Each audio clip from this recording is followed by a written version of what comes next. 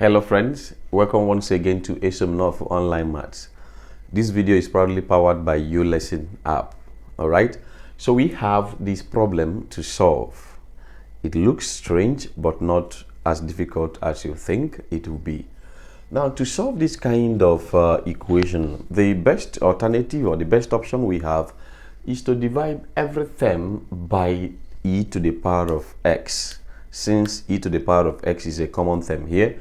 So because in every equation, whatever you do to both sides makes the equation to be balanced. So I'm dividing both sides by e to the power of x. If you do that, this cancels out. You are having 1 plus, this is the same thing as e to the power of 2x minus x from the laws of indices, because division means subtraction, equals e to the power of 3x, take away x. That's the implication. Now from here you have 1 plus e to the power of x, because 2x minus x is x, equal to e to the power of 2x when you subtract here. Now you can arrange this very well. You have e to the power of 2x, take away e to the power of x, take away 1 is equal to 0. When you rearranged this is what you are going to get. Now, do you know that this can be written as e to the power of x all squared minus e to the power of x minus 1 equal to 0, because x times 2 will still give us 2x. Now you notice that e to the power of x is common, or you can solve directly with this to get a quadratic equation. All right, but let's put in a letter to represent e to the power of x. If this is so, we shall have p squared minus p minus 1 is equal to 0. I'm now using p to represent e to the power of x.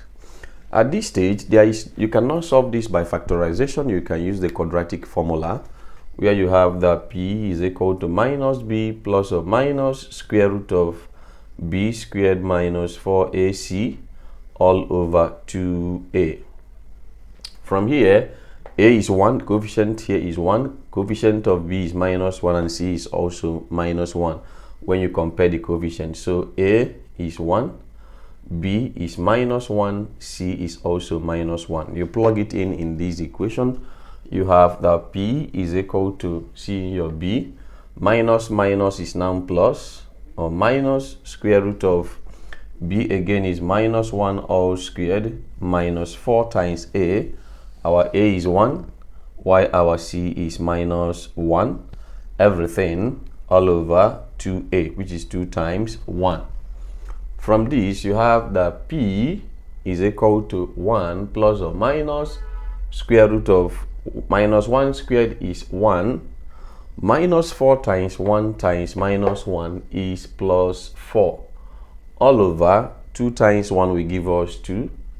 So you have that p is equal to 1 plus or minus square root of 5, because 1 plus 4 is 5, all over 2. But we are not looking for the value of p, we are looking for x. Remember that p is equal to e to the power of x. So I can remove this p here and plug in e to the power of x. You can now have that e to the power of x is equal to 1 plus or minus square root of 5 all over 2. But do you know that this term here is a golden ratio, if you know about the golden ratio? So I can write that e to the power of x is equal to the golden ratio. All right.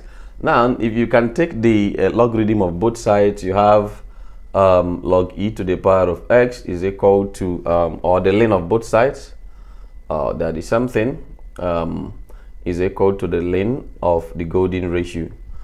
All right. So the power comes to the back from the laws of logarithm. You have x ln e to the power of e, ln e is equal to the ln of phi. From this, ln e, the logarithm of e is equal to 1, so 1 times x is x. So the value of x is equal to the logarithm of the golden ratio. All right. Do not forget that this video is proudly powered by YouLesson app. Catch me on their TikTok page at YouLesson app. Go to Play Store, download and subscribe to their app so that you can enjoy my math videos. Thank you for viewing, and may God bless you. Bye-bye.